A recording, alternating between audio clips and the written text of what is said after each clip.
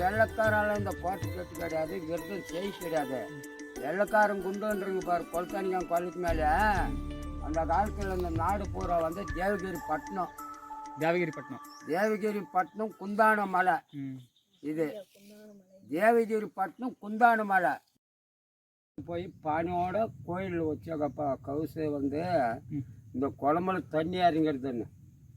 கரெக்டாக மழை வந்து சொன்னா கண்ணு மூஞ்சி தெரியாது, அடிச்சு கல்வி அப்படியே மூடிட்டாங்க. உருட்டி இங்கேருந்து அந்த கல் வரைக்கும் அடிக்கிறாங்க. மாலை இவ்வளோ வைரம். இந்த ஜனம் வருது, இந்த ஜனம் இல்லாண்டதுக்குள்ள அப்படி வந்து சாப்பிடும். அப்படி இருந்தது அந்த சுவாமியை. அப்படியே ஒரு இஞ்சி சைஸ் பாம்பு உள்ளேருந்து படம் எடுத்துன்னு வந்துச்சு. படம் எடுத்துன்னு வந்தது அந்த பானை உள்ளே போய் கொண்டு போய் வச்சதுலேயே படம் எடுத்துன்னு வந்துச்சு. அளப்பு காம்பு, அப்போ அளப்பு தேங்காய் சிப்பை கஞ்சி கரண்டி எல்லாம் கிடையாது. அளப்பை இந்த குழம்பு ஊற்றுறது, குழம்பு தொலைவுறதெல்லாம் கரெக்டாக எடுத்து அந்த அழைப்பிலே போட்டோம். பழம் இப்படி எடுத்துன்னு இருந்துச்சு. அப்படியே செத்து போச்சு பாம்பு.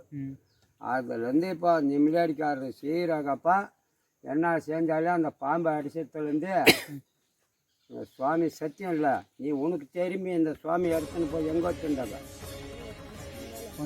அப்படி கடவுளை சத்தியம்ப்பா, ரொம்ப சத்தியமானு சொன்ன பயிரப்பா.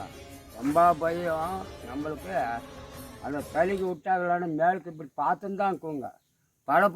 பழன்னு இறங்கும் பத்தூரில். அப்படியாப்பட்ட சக்தி காலமெல்லாம் பார்த்துட்டோம் கண்ணு நான். குந்தான் மலையில் இப்போ நம்ம குந்தான் கோயிலுக்குது இல்லையா, அதில் சாச்சானம் போர்டு எழுதி வச்சுக்குது.